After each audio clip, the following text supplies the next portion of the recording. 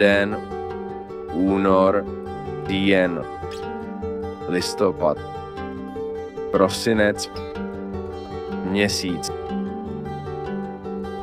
rok, roční období, zima, léto,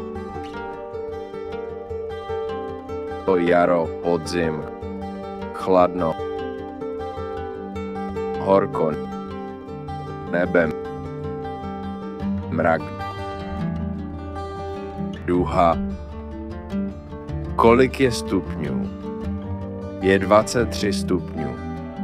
Dobré počasí. Jaké je počasí? Je větrno.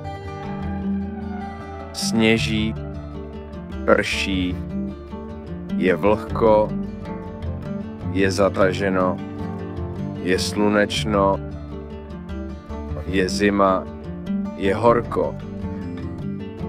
Tento měsíc, příští měsíc, minulý měsíc, období, datum, před rokem, každý rok.